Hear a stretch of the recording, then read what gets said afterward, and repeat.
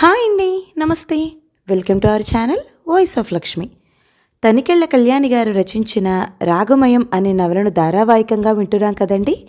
ఇక 7వ భాగాన్ని మొదలెడదామా? ప్రతిమ నిద్రపోయింది. కానీ కీర్తనకు నిద్ర పట్టలేదు. పాప ఏం చేస్తుందో విజయ్కి తన మాట అంటే లెక్కలేదు. ప్రతి విషయం రాద్ధాంతం చేస్తున్నాడు. డ్రింక్ చేస్తాడు. వద్దని బ్రతిమాలితే కిళ్ళీ వేసుకుని వచ్చాను కదా అంటాడు. కాదంటే ఈ రోజుకి సర్దుకో అంటాడు. పెళ్ళంటే సర్దుబాట. ఇలా జీవితమంతా సర్దుకోవటమేనా? తన వైపున వచ్చి అడిగేవాళ్ళు లేరనే కదా అతడి ధీమా. ఇప్పుడు తెలుస్తుంది ఆడపిల్లకి పుట్టిల్లు ఎంత అవసరమో. వాళ్ళ ఆసరా ఆడపిల్లకు ఎంత కావాలో అర్థమైంది. ఈ జన్మకు తను తన వాళ్లను కలవగలదా? ఈ జన్మకు అదృష్టం ఉందా? ప్రతిమ బాత్రూంకి వెళ్లాలని లేచింది. నిద్రపోకుండా పత్తికాయంత కళ్ళు వేసుకుని చూస్తున్న కీర్తనని చూస్తే బాధ కలిగింది. అటు నుండి వచ్చి కీర్తన తలను వడిలోకి తీసుకుంది. పాపిష్టిదాన్ని, నిద్ర పట్టక నువ్వు బాధపడుతుంటే హాయిగా నేను నిద్రపోయాను. సారీరా. చూడు, పెళ్ళే జీవితం కాదు. జీవితంలో పెళ్ళి ఒక భాగం. 100 మార్కుల పేపర్ జీవితం అనుకుంటే పెళ్ళికి 25 మార్కులేరా? తల్లిదండ్రులు, మన పిల్లలు మరొక 50 అనుకో. మిగిలిన 25 మన వ్యక్తిత్వం, ప్రతిభ, సమాజంలో మన స్థానం, మనం సాధించవలసిన పురోభివృద్ధి. కనుక నువ్వు నీ పిల్లలను బాగా పెంచు. సమాజంలో ఉన్నత స్థానం సంపాదించు. అప్పుడు మీ వాళ్ళు నీకు దగ్గరవుతారు. విజయ్ నీ దారికొస్తాడు. నీకు విలువిస్తాడు. కీర్తన అలాగేనంటూ తల ఊపింది. ప్రతిమ వెళ్ళి పాలు వేడి చేసి తెచ్చి అందించింది. అవి తాగి కీర్తన పసిపాపలాగా పడుకుంది. స్నేహహస్తం ప్రతి మనిషికి అవసరమే కదా. వైదేహి పిల్లల కోసం టిఫిన్ చేద్దామని లేచింది. పల్లవి తల్లి భుజాలు పట్టి కూర్చోబెట్టి, అమ్మా నేను దోశలు పోస్తాను, కొబ్బరి చట్నీ చేస్తాను, ఇంకా కావాలంటే మరొక పచ్చడి చేస్తాను. నువ్వు కూర్చుని నాన్నతో క్యారమ్స్ ఆడు. మీలో ఎవరు గెలుస్తారో చూడాలనుంది అంది. నువ్వెందుకు శ్రమ పడ్డావు? నేను చేసేస్తాను, నువ్వు నాన్నగారితో ఆడు అందావిడ. పల్లవి వినలేదు. తల్లిని కూర్చోబెట్టి వంటింట్లోకి వెళ్ళింది. చరణ్ ఆకలికి ఉండలేడు. కాలేజీ నుండి వస్తాడు. అదే ఆవిడ బాధ. పల్లవి గిన్నె తీసుకుని మైదా, వరిపిండి, గోధుమ నూక కాస్త వేసుకుని దోసల పిండి కలిపింది. అల్లం ముక్క, జీలకర్ర, పచ్చిమిర్చి చిన్న జారులో ముద్ద చేసి అట్ల పిండిలో వేసింది. చట్నీలు చేయటం మొదలుపెట్టింది. తర్వాత పెనం స్టవ్ మీద పెట్టుకుని దోసలు పోయసాగింది. చరణ్ రావటమే, అమ్మా ఏమిటి ఇల్లు గుమగుమలాడుతుంది అడిగాడు. పల్లవి 3 ప్లేట్లలో టిఫిన్ సర్దింది. వంటింట్లో నుండి 2 ప్లేట్లు చెరకు చేతిలో పట్టుకుని దోశ దోశ, వేడివేడి రవ్వ దోశ, ఆలసించిన ఆశాభంగం అంటూ పాడుకుంటూ వస్తూ ఉంది. అంతలో శశాంక, ఆయనతో ఒక దంపతుల జంట, పల్లవి ఈడమ్మాయి, ప్రహర్ష, ప్రగతి వచ్చారు. తల్లిదండ్రులకు, అన్నకు టిఫిన్ అందించబోయిన పల్లవి వాళ్ళ రాకను గమనించి బొమ్మలాగా నిలబడిపోయింది. పసుపు, ఎరుపు కలిసిన గౌను తరహా డ్రెస్లో పొడవు చేతుల చివరలో చక్కటి ఎంబ్రాయిడరీ డిజైన్తో, చక్కటి రూపంతో, 2 చేతులతో ప్లేట్లతో, వాటిలో చిన్న చిన్న చట్నీ గిన్నెలతో అయోమయంగా నిలబడిపోయింది. జమదగ్ని, వైదేహి నిలబడి వాళ్లను ఎవరా అని ఆశ్చర్యంగా చూస్తూ ఆహ్వానించారు. శశాంక జమదగ్ని పక్కకు చేరి వాళ్లను పరిచయం చేయడానికి సిద్ధపడ్డాడు. వచ్చిన ఆయన నవ్వుతూ, అమ్మా ఆ ప్లేట్లు మా దంపతులకి ఇయ్యి. పల్లవి అంటే నువ్వే కదా. నా పేరు అభిరామ్. ఈమె నా భార్య సరోజ. ప్రహర్ష మా అబ్బాయి.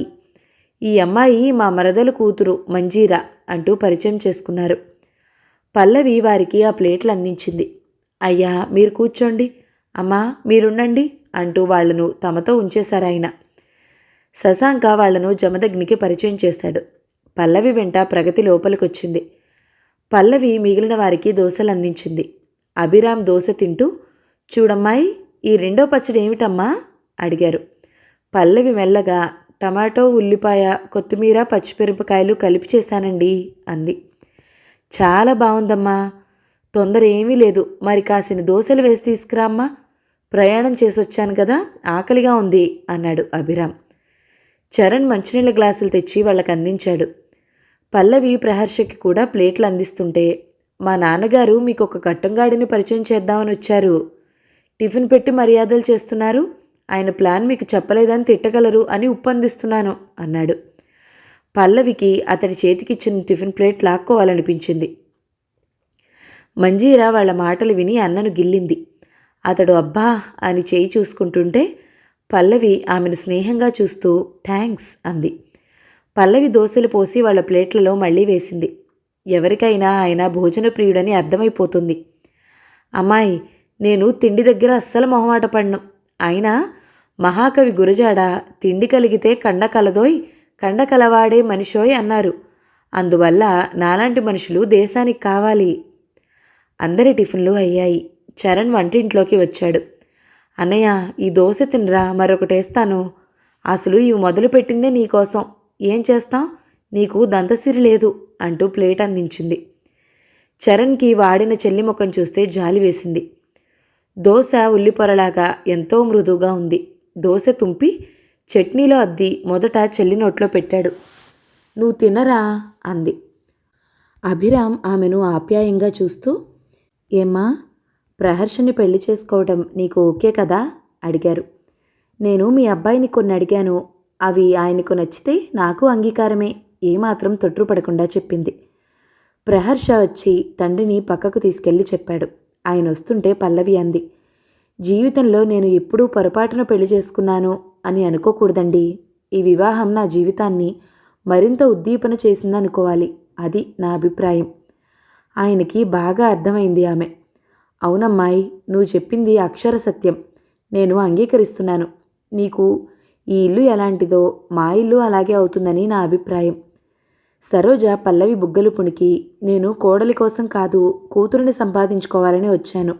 త్వరలో మళ్ళీ కలుద్దాం అంటూ తను తెచ్చిన పువ్వులు, స్వీట్లు, పళ్ళు బొట్టు పెట్టి ఆమెకు అందించింది. వాళ్ళు వెళ్ళాక జమదగ్ని గారు కూతురు దగ్గరికొచ్చారు. ఆమె పాపిటిలో తల వంచి ముద్దు పెట్టుకున్నారు. అమ్మా, నేను ఇంత అదృష్టవంతున్నా.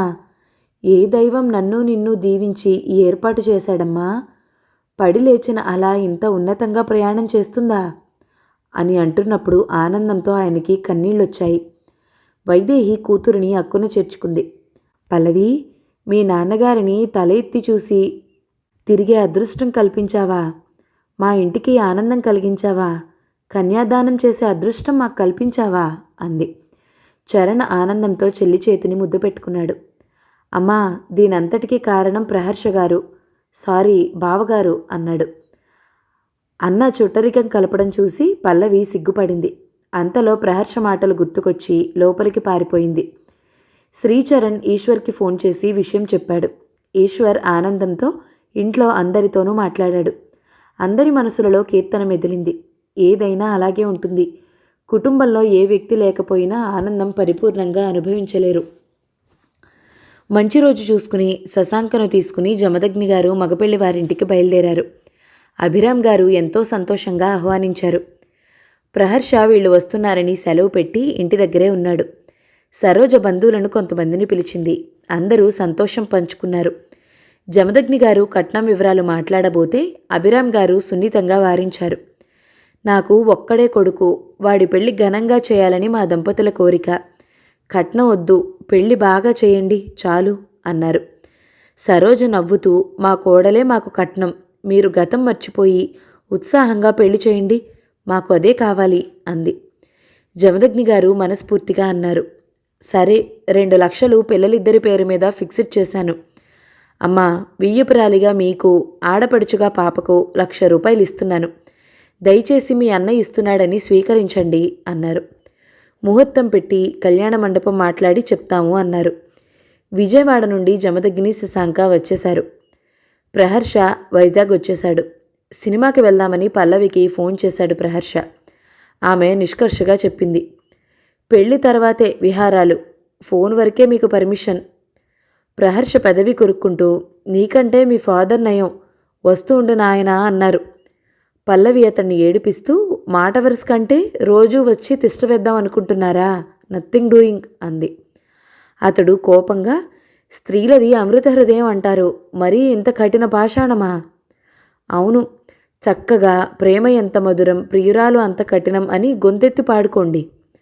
పల్లవి, ఈ విరహాన్ని భరించటం నా వల్ల కాదు అన్నాడు ప్రహర్ష. పల్లవి మనోహరంగా నవ్వింది. ఎంతెంత ఎడమైతే అంత తీపి కలయిక అని పాటుంది వినలేదా అంది. కొరకరని కొయ్య అని కోపంగా అనుకున్నాడు. చరణ్ పాపం అన్న పల్లవి వినలేదు. తండ్రికి తల వంపులు తెచ్చే పని చేయను అంది. కీర్తన బిజీగా అయింది. అటు ఉద్యోగం, ఇటు వారానికి 2 రోజులు చొప్పున 2 బ్యాచ్లకు ప్రతిమ ఇంట్లో సంగీత పాఠాలు.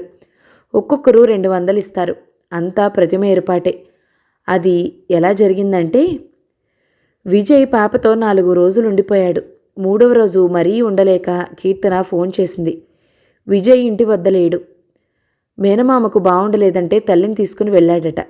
పాప ఎలా ఉందో ఆమె ప్రాణం కొట్టుకుంటోంది. ఆమె అతడికి ఫోన్ చేస్తే, పాప వదిన దగ్గర ఆడుకుంటుంది, మామయ్య ఆరోగ్యం బాగుండగా ఉండిపోయాం, రేపు కర్నూలు వెళ్ళి పాపతో వస్తాను అన్నాడు విజయ్. కీర్తన ఫోన్ చేస్తే శ్రావణి ఎత్తుతుంది. శృతిని పిలవదు. అన్నతో ఆడుకుంటుంది. నీలాగా ఒంటరిగా ఒక్కదే ఉండదుగా అని వల్లిస్తుంది. కీర్తన బాధ చూడలేక ప్రతిమ ఫోన్ చేసింది. వెంకటరమణ ఎత్తారు. ఆయన విజయ్ తండ్రి. హలో అన్నాడు. ప్రతిమ కోపంగా, మీరు మనుషులా పశువులా? బిడ్డను వదిలి ఉండలేక ఒక తల్లి ఏడుస్తుంటే అతడికి బుద్ధి చెప్పి పంపకపోగా పాపనుంచేస్తారా? విజయ్ను వాళ్ళమ్మ సాయం రమ్మనమని క్యాంప్ వెళ్ళిందమ్మా. ఎల్లుండా వాడు తప్పక వస్తాడు. ఆయన మాటలు పూర్తవ్వలేదు. ఆమె అందుకుంది. గొప్ప పని చేసింది. ఇంక ఎవరూ లేరా? పాపతో మాట్లాడించగా ఆమె ఊరట చెందుతుందంటే పాపకు ఫోన్ ఇవ్వరు. ఇంత కర్కోటకులా మీరందరూ? పాప ఏం చేస్తుంది? పిలవండి దబాయించింది. ఆయన పనికురవాడిని పిలిచి శృతి గురించి అడిగారు. పాప నిద్రపోతుంది. అంతలో కీర్తన ఫోన్ తీసుకుంది. మీరు ఎవరో ఏమిటో నా శృతిని చూసి 3 రోజులైంది. దయచేసి దాన్ని ఎవరితోనైనా పంపి నా ప్రాణం నిలబెట్టండి. నాకు ఎవ్వరి మీద కోపం లేదు. ఇది నా స్వయంకృతాపరాధం. దయచేసి తల్లి బిడ్డల్ని విడదీయొద్దు అంటూ ఏడుస్తూ ఫోన్ పెట్టేసింది. ఆయన పెదవి కొరుక్కుంటూ ఉండిపోయారు. ఆయన పనివాడిని పాపకు నిద్రాభంగం అవ్వకుండా తన గదికి తీసుకుని రమ్మన్నారు. పాపని తీసుకొచ్చాక తన మంచం చూపించారు. అతడు ఆశ్చర్యపోయినా పైకి కనపడనీలేదు. కాసేపటికి శ్రావణి వచ్చింది. మామయ్య, మీరు పాపతో అవస్థపడలేరు. మధ్యలో అమ్మ కోసం ఏడుస్తుంది అంది. ఆయన పర్వాలేదమ్మా, పాప పాలు అవి ఇక్కడ పెట్టు అన్నారు. ఆయన ఎక్కువగా మాట్లాడరు. అందుకే ఆమె చనువు తీసుకోలేకపోయింది. పాపను చూస్తుంటే ఆయన మనసు ఆర్ద్రమైంది. ఎంత తప్పు చేశాడు? మనవరాలు వచ్చిందని మురిశాడు తప్ప అక్కడ ఆమె గురించి ఆలోచించలేదు. ఆయన చెవులలో పదే పదే తల్లి బిడ్డలను వేరు చేయొద్దు, ఎవరిని ఏమీ అనను, ఇదంతా నా స్వయంకృతాపరాధం అన్న మాటలే వినపడుతున్నాయి. మొదట ఆమె కోపానికి, రెండవ ఆమె వేదనకి ఉన్న భేదం ఆయన గుర్తించారు. పాప బుగ్గల మీద కన్నీటి చారలు చూశారు. ఆయన హృదయం ఆర్ద్రమైంది. చనిపోయిన తన కూతురు గుర్తుకు వచ్చింది. 2 కన్నీటి బొట్లు ఆయన కళ్ళ నుండి రాలాయి. ఆయన డ్రైవర్కు ఫోన్ చేసి పిలిచారు. రేపు పని లేదు అని లేటుగా రావద్దు, హైదరాబాద్ వెళ్ళాలి, ఉదయం 4 గంటలకి రెడీగా ఉంటాను అని ఫోన్ పెట్టేశారు.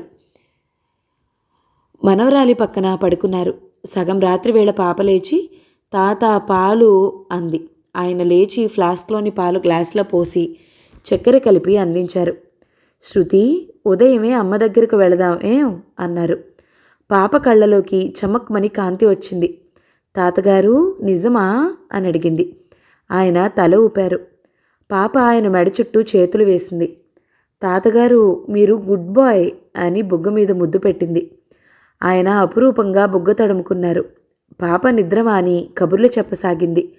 అమ్మ చాలా మంచిది తాతగారు, నాకు సంగీతం చెప్తుంది, నాన్నే బ్యాడ్, అమ్మను తిడతారు, మా అమ్మగారు వచ్చారు కదా అప్పుడు కొట్టారు కూడాను, మా అమ్మ ఏదో వండింది, అమ్మ కూరలే తింటుంది, నాన్న తిట్టారు, అమ్మ ఏడ్చింది అంటూ గుర్తొచ్చినవన్నీ చెప్పసాగింది శృతి. ఆయన కనుబొమ్మలు ముడిపడ్డాయి. ఆలోచనలో పడ్డారు. పాప ఎప్పుడు నిద్రలోకి జారిందో ఆయన గుర్తించలేదు. 3 గంటలు అవగానే కాలకృత్యాలు తీర్చుకుని స్నానం చేశారు. తెలుపు ప్యాంటు షర్టు వేసుకుని తెమిలారు. డ్రైవర్ రావడమే పాపను భుజాన వేసుకుని బయలుదేరారు. నౌకరికి పాపను తీసుకుని హైదరాబాద్ వెళ్తున్నానని చెప్పారు. వెనక సీట్లో పాపను వడిలో పడుకోబెట్టుకున్న ఆయన మనసులో ఎన్నో ఆలోచనలు. కారు హైదరాబాద్ సమీపిస్తుంటే ఆయన డ్రైవర్ను, చిన్నబాబు గారి ఇల్లు ఎక్కడో తెలుసా అన్నాడు. అతడు తల ఊపాడు. ఉదయం వేళ కీర్తన మైమరిచి పాడుతోంది. ఆమె తనని తాను మర్చిపోవాలనుకుంటోంది. తన ఆవేదనను మర్చిపోవాలని పాడుతుంది. సంగీతం తప్ప ఆమెకు ఓదార్పునిచ్చేదేది? ఆమె దేవగంధార రాగములో మనసు ద్రవించేలాగా పాడుతోంది. వినరాదా నా మనవి వినరాదా అంటూ సంగతులు చేర్చి పాడుతోంది. వెంకటరమణ కార్ దిగి పాపను లేపారు. ఇంట్లో నుండి సంగీతం చల్లటి గాలి తరంగాలతో పాటు తేలి వస్తుంది. ఆ స్వర మాధుర్యానికి, తదాత్మ్యతకు ఆయన అబ్బురపడ్డారు. 2 చరణాలు అయ్యే వరకు ఆయన పాప చేతిని వదల్లేదు. పాప కొంత నిద్రమత్తులో ఉంది. ఆయన పాపను లోపలికి తీసుకువెళ్ళమని డ్రైవర్కి చెప్పారు. అతడు ఆయన ఆజ్ఞ పాటించాడు. ఇంటిని, అమ్మను చూడగానే శృతిలోని నిద్రమత్తు వదిలిపోయింది. అమ్మా అంటూ కీర్తనను చుట్టేసింది. కీర్తన మనసు ఆ పిలుపుకి చైతన్యం పొందింది. వెళ్లంతా పులకలు బయలుదేరగా నా తల్లి అంటూ కళ్ళు తెరిచి పాపను గుండెలకు హత్తుకుంది. అమ్మా శృతి, నన్ను వదిలి ఎలా ఉన్నావురా? అమ్మ, ఈ అమ్మ నీకు కావాలనిపించలేదా? చెప్పు బంగారు తల్లి, చెప్పు అంటూ పాపను ముఖమంతా ముద్దులతో ముంచింది. వెంకటరమణ గారికి ఆ దృశ్యం ఎంతో బాగుంది. కళ్ళు చెమర్చాయి. మొదటిసారి కీర్తన రూపం ఆయన మనసులో ముద్రించుకుంది. ఆయన డ్రైవర్కి సైగ చేసి వెనుతిరిగారు. అతడు పాప జాగ్రత్త, వస్తానమ్మగారు అంటూ వెనుతిరిగాడు డ్రైవర్. లోపల పనిచేస్తున్న గౌరీ హాల్లోకి వచ్చింది. పాప కనిపించటంతో అటు చూసింది. ఆ పిల్ల కళ్ళు మెరిశాయి. బయట నుండి పనిలోకి వస్తున్న శివ డ్రైవర్ను పెద్దాయన్ను చూశారు. డ్రైవర్ మాటలు విన్నాడు. లోపలికి రండి, కాఫీ టిఫిన్ తీసుకుని వెళ్ళొచ్చు అంటూ వినయంగా చెప్పాడు. వెంకటరమణ గారు అతని భుజం తట్టి, ఈ ఇంట్లో పనిచేస్తున్నావా అని అడిగారు. అతడు తల ఊపి లోపలికి పిలిచాడు. పర్వాలేదు, మేము వెళ్ళాలి అంటూ కారులో కూర్చున్నారు. అమ్మగారికి మీరెవరని చెప్పను అడిగాడు. మీ అయ్యగారి నాన్నగారిని చెప్పు అన్నారాయన. అతడి కళ్ళు పెద్దవయ్యాయి. పల్లవికి ఒక కవరు పోస్టులో వచ్చింది. ఫోన్లు, నెట్లు రాజ్యమేలుతున్న ఈ రోజుల్లో ఉత్తరం రాసిన పుణ్యాత్ములు ఎవరు అనుకుంటూ తెరిచింది. పల్లవి గారికి, బెంగుళూరు. శైలజ రాయినది. మీరు నాకు ఈశ్వర్ గారి ద్వారా తెలుసు. నేను మీ అన్నయ్య గారి ఆఫీస్లో రిసెప్షనిస్ట్గా పనిచేస్తున్నాను. ఆయన ప్రవర్తన, హుందాతనం చూసి ఆయన పట్ల ఆకర్షితురాలనయ్యాను. చదువుతున్న పల్లవి ఉలిక్కిపడింది. అన్నయ్య కంపెనీ ఉద్యోగిని ఉత్తరమా? బాగుంది, నాకెందుకు రాస్తుంది అనుకుంది. మళ్ళీ చదవటం మొదలుపెట్టింది. ఈ అపరిచితురాలు నాకెందుకు రాస్తుందా అనుకుంటున్నారా? పల్లవి కళ్ళు పెద్దవయ్యాయి. అమ్మో, ఈ అమ్మాయికి జ్యోతిష్యం తెలుసా లేక కర్ణపిశాచం తెలుసా? మనసులో అనుకున్నదే రాసింది. మళ్ళీ చదవసాగింది. మరి ఆయన నా విషయం పట్టించుకోవటం లేదు. తన జీవితంలో పెళ్లికి చోటు లేదు అంటున్నారు. మీ కుటుంబంతో కలిసి బ్రతకడమే తన కోరిక అంటున్నారు. ఏం చేయను, అందుకే మీకు రాస్తున్నాను. ప్రేమ ఒకసారి మనసులో పుట్టాక నిలవనిస్తుందా? మరొకరికి మనసులో చోటిస్తుందా? ఒకరి చేత ప్రేమింపబడిన మీకు నా మనసు తెలుస్తుంది అనుకుంటాను. ఆయన ఏ పరిధిలో మీ కుటుంబంతో మెలుగుతున్నారో నేను అలాగే ఉంటాను. మీ అందరి తర్వాతే ఆయన జీవితంలో నా స్థానం. నా వల్ల మీ కుటుంబానికి, ఆయనకు ఏ సమస్యలు తలెత్తవని చెప్తున్నాను. దయచేసి మీ కుటుంబంలో నాకు రవ్వంత చోటు కల్పించండి. ఆశతో ఎదురు చూస్తున్న మీ శైలజ. పల్లవి పెదవులు చిరునవ్వుతో విచ్చుకున్నాయి. అన్నయ్య లాంటి బండవాడిని ప్రేమించిందా? పాపం అనుకుంది. ఫోటో అయినా పంపలేదే అనుకుంది. ఫోన్ నెంబర్ కనిపించింది. మరింకేం అనుకుని భర్త గదిలో కబోర్డ్లు శుభ్రం చేస్తున్న తల్లిని చూసింది. ఆవిడకు సాయంగా పుస్తకాలు వరుసగా పెట్టి అందిస్తున్న తండ్రిని చూసింది. అమ్మా, ఎంతకని ఇలా గన్నం చెక్కలాగా అరిగిపోతావు? నీకు 2 కొడుకులున్నారు. వాళ్ళకి పెళ్లి చేస్తే కోడళ్ళు వస్తారు కదా. నిన్ను నాన్నగారిని కళ్ళల్లో పెట్టుకుని చూస్తారు అంది. వైదేహి చిరునవ్వుతో కూతురు వైపు చూసింది. అన్నల పెళ్లి చూడాలని ఆశగా ఉందా? ఏం చేయను, ఆ పెద్దవాడు ఒక మూర్ఖుడు. ఆ మాటే పడనీడు. చిన్నవాడు చదువంతా అవ్వాలంటాడు. మంజీర లాంటి కోడలు రావాలని నాకు మాత్రం ఉండదా? పల్లవికి అమ్మ మనసులోని కోరిక అర్థమైంది. జమదగ్ని గారికి తన చేతిలోని లేఖను అందించి, కోడలు రావటం అన్నది ఇప్పుడు నాన్నగారి చేతిలో ఉంది చెప్పింది. ఆయన అంతా నా మీద పెట్టావా నవ్వారు. ఉత్తినే పెట్టడం కాదండి, పెళ్లి వరకు మీరే నడిపించాలి. ఆయన లేఖ చదవటంలో మునిగిపోయారు. ఏమిటండి, ఎవరు ఆ కవర్ రాశారు? ఆతృతగా భార్య అడుగుతున్నా పట్టించుకోలేదు. చదవటం అయ్యాక ఆవిడకిచ్చి, మనం బెంగుళూరు వెళ్ళాలమ్మా, అంతకంటే ముందు ప్రహర్షను రమ్మనాలి. మీ అన్నకి అంతా సిద్ధమయ్యాక మన రాక గురించి చెప్పు అన్నారు. చరణ్, ప్రహర్ష ఎంతో ఆనందించారు.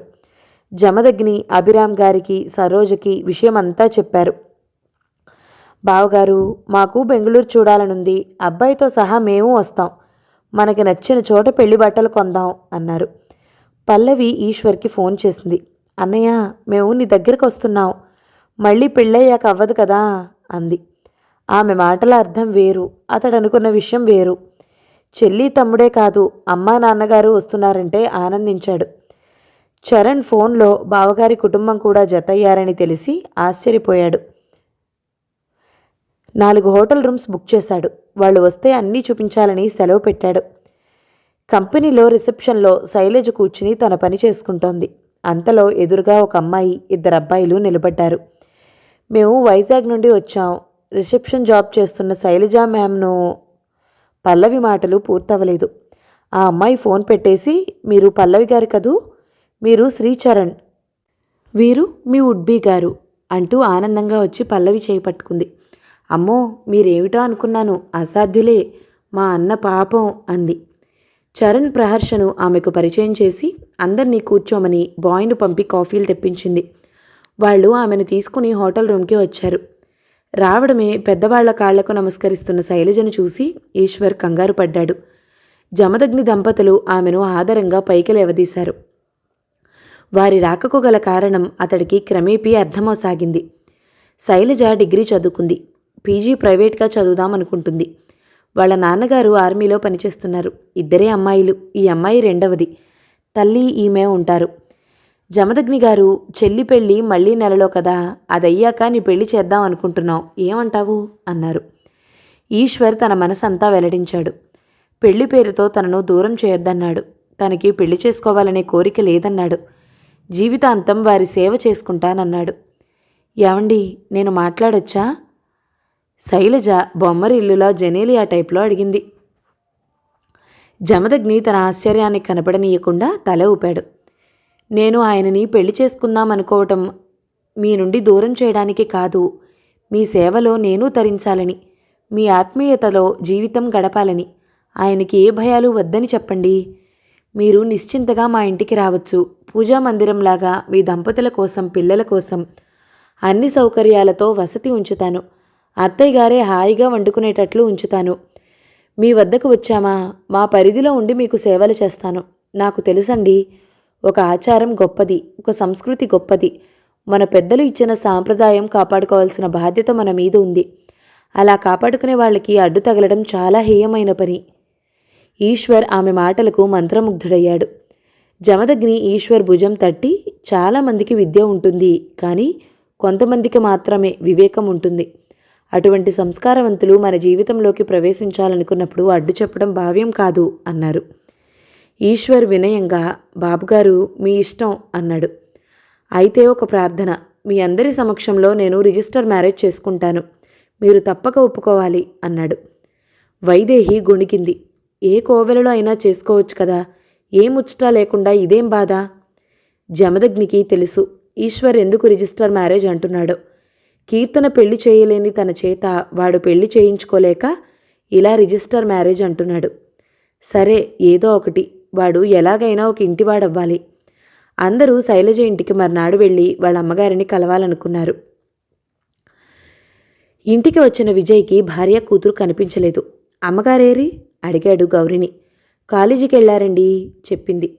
గౌరీ పెట్టిన టిఫిన్ తిని అతడు తన కంపెనీకి వెళ్ళిపోయాడు. గౌరీ కూరలు తరిగి ఇస్తే కీర్తన కూర, చారు, పచ్చడి చేసింది. స్నానం చేసి విజయ్కి ఎంతో ఇష్టమైన కనకాంబరం రంగు వాయిల్ చీర, నలుపు, దానిపైన ఎల్లో డాట్స్ ఉన్న జాకెట్ తొడుక్కుంది. పాపకి అన్నం పెట్టి పడుకోబెట్టింది. గౌరీని పంపించి తలుపేయబోతుంటే విజయ్ వచ్చాడు. నలుపు పైన నీలం గీతలు ఉన్న షర్టు, లేత నీలం జీన్స్ ప్యాంట్తో హ్యాండ్సమ్గా కనిపించాడు. మిమ్మల్ని చూసి వారం రోజులైంది. మన పెళ్ళయ్యాక ఇలా ఎప్పుడూ జరగలేదు. త్వరగా ఇంటికొస్తారని చూస్తున్నాను అంటూ బ్రీఫ్ కేస్ అందుకుని లోపల పెట్టడానికి వెళ్ళింది. కీర్తన కోపంగా ఉంటుందనుకున్నాడు. కానీ ఇలా తనకిష్టమైన చీర కట్టుకుని స్వాగతం చెప్తుంది అనుకోలేదు. ఆమె కాఫీ తీసుకుని వచ్చేసరికి అతడు బాత్రూంలో దూరాడు. కీర్తన ఇద్దరికీ భోజన ఏర్పాట్లు చేయసాగింది. అతడిని విడిచి ఉంటే ఆమెకి ఏదోలా అనిపించింది. మంచో చెడో అతడితో తన జీవితం ముడిపడింది. సామరస్యంతో ఇద్దరూ బ్రతికితే చాలు. అతడు చారల నీలం నుంగి దానిపై గ్లాస్కో లాల్చి ధరించి తల దూకుంటున్నాడు. అత్తయ్యగారు, అక్కయ్యగారు అందరూ బాగున్నారా?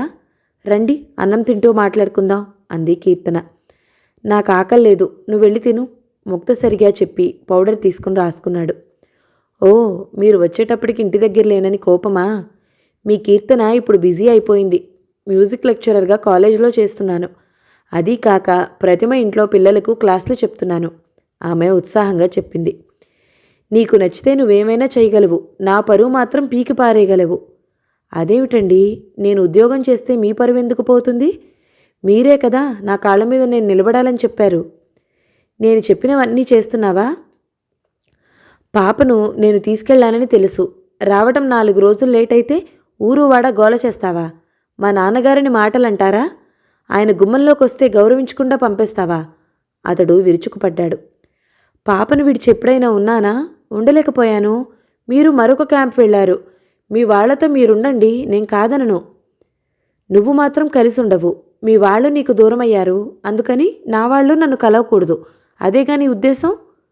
Stop it, I say stop it. మీరేం మాట్లాడుతున్నారో మీకు తెలుస్తుందా?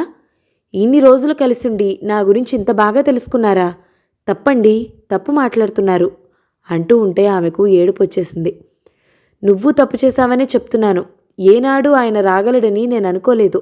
అలాంటిది ఆయన మీ చేత మాటలు పడి పిల్లను తీసుకొస్తే కనీసం ఆయన ముఖం చూడవా? పట్టించుకోవా? ఆనాడు ఆయన మన ముఖాలు చూడలేదని కోపంతో అవమానించావు కోపంగా అన్నాడు. అయ్యో, ఎలా చెప్తే మీరు నమ్ముతారు? పాపను చూసిన ఆనందంలో పరిసరాలు మరిచాను. తర్వాత చూసేటప్పటికి ఆయన డ్రైవర్ వచ్చి వెళ్లారని శివ చెప్పాడు. మీరు ఆయనకి ఫోన్ చేయండి, నేను క్షమాపణ కోరతాను ఏడుస్తూ చెప్పింది కీర్తన. అతడు నిరసనగా చూశాడు. చాలే, వచ్చిన ఆయనతో అంత బాగా మాట్లాడావు, ఇంకా ఫోన్ ఒకటి మిగిలింది. నన్ను విసిగించుకో, అవతలికి పో. కీర్తన అతడి చేతులు పట్టుకుని క్షమించమందామని వెళ్ళింది. అప్పుడు అతడి నుండి వస్తున్న తాగుడు వాసన, కళ్ళ ఇరుపు ఆమెను భయపెట్టాయి. మీరు తాగొచ్చారా? వద్దని చెప్పాను కదా. పాలైనా తెస్తాను, తీసుకోండి అంటూ వెళ్ళి పాల గ్లాస్ తెచ్చి ఇచ్చింది. అతడు వాటిని తోసేశాడు. పాల గ్లాస్ పడిపోయింది. పాలు నేలపాలయ్యాయి. ఆమెకు ఆకలి, నీరసం, తలనొప్పి, బాధ కలగసాగాయి. ఆమె వైపు చూసి వెక్కిలిగా నవ్వుతూ పాలు తెచ్చింది. మహాప్రేమ కారిపోతుంది. భర్త అంటే ఎంత అనురాగమో అంటూ ఏవో మాట్లాడుతూ సోఫాలో వాలిపోయి పావుగంటలో నిద్రపోయాడు. ఆమె అతడి వైపు పాల వైపు చూసింది. ఎవరైనా నమ్ముతారా తామిద్దరూ ప్రేమించి పెళ్లి చేసుకున్నారని? అసలు ప్రేమంటే ఏమిటి? ప్రేమ మనసుని మెత్తన చేస్తుంది. మరి ఇతని మనసు రోజురోజుకి ఎందుకిలా అవుతోంది? అంతలో గదిలోని అతడి సెల్ మోగింది. అతడికి తెలివి లేదు. ఆమె తప్పనిసరిగా ఎత్తింది. అటు నుండి ఎవరో ఏమిటో. హలో అంది ఎలాగో. వాడు ఇంటికి క్షేమంగా వచ్చాడా? నాకెందుకు ఫోన్ చేయలేదు? అటు నుండి సౌభాగ్యలక్ష్మి గదమాయిస్తుంది. వచ్చారండి, రాగానే కంపెనీకి వెళ్ళారు, ఇప్పుడు పడుకున్నారు. పడుకున్నాడా? వెళ్ళి లేపు. నేను చేస్తున్నానంటే వాడు వెంటనే లేస్తాడు. ఏమిటి మాట్లాడవు? అసలు నీకు పిలవడమే ఇష్టం లేనట్టుంది. వాడికి ఎలాంటి భార్య దొరికావే తల్లి. తల్లి కొడుకులు మాట్లాడుకుంటే చూడలేవా? ఆవిడ దెబ్బలాడుతోంది. కీర్తనకి తల తిరుగుతుంది. అసహనం పెరుగుతుంది. ఎందుకండి మీరు మాటలతో ఆయన చేతలతో నన్ను చంపుతున్నారు? మీ అబ్బాయి తప్పతాగొచ్చి పడుకున్నాడు, నన్నేం చేయమంటారు అంటూ పెట్టేసింది. ఆవిడ స్పీకర్ ఆన్ చేసి మాట్లాడటం వల్ల గదిలోకి పావుగంట క్రితం వచ్చిన వెంకటరమణ గారు విన్నారు. ఆయన భార్య వైపు విసుగ్గా చూస్తున్నారు. ఆవిడ ఆయనను గమనించకుండా గొణిగింది. ఏకులాగా వాడి జీవితంలోకి ప్రవేశించి మేకులాగా తయారైంది. వాడి ప్రాణం తీస్తుంది. డైవర్స్ ఇచ్చేయమంటే సరి, పీడా పోతుంది అంటున్న ఆమె చెంప చెల్లుమనేలాగా ఆయన కొట్టారు. ఆవిడ తెల్లపోయింది. ఆయన ఏనాడు భార్య మీద చేయి చేసుకుని ఎరగరు. తన జీవితంలో ఆవిడ రాకతో ఐశ్వర్యం పొందానని ఆయన నమ్మకం. ఏం మాట్లాడుతున్నావే? నిన్ను వాడింటికి వెళ్ళి కలతలు పెట్టి వచ్చినాడే కొట్టవలసింది. ఊరుకున్నాను. నీ తప్పు తెలుసుకుంటావని చూస్తున్నాను. మనవరాల్ని తీసుకురమ్మన్నావు, పాపపై ఇష్టంతో నేను ఊరుకున్నాను. కోడలు ఉండలేదని తెలుసు కదా, వాడిని మరనాడు పొమ్మనొచ్చు కదా, వాడితో ఎందుకు ఊరెళ్ళాలి? పెద్దవాడు నేను చచ్చామా? ఆ పిల్ల బాధ నేను చూశానే. క్యాంపు నుండి వచ్చాక వాడిని పంపేద్దాం అనుకున్నాను. మళ్ళీ ఉంచేశావు. ఆ చేతకాని వెధవ ఉండిపోయాడు. ఈరోజు వెళ్ళి తాగి ఏం గొడవ పెట్టాడో. ప్రేమ అంటూ ఆ పిల్ల జీవితం నరకం చేస్తున్న నీ కొడుకును తిట్టవే. డబ్బంతా పాడు చేసి ఉద్యోగం మాని ఏడిపిస్తున్న వాడిని తన్ను.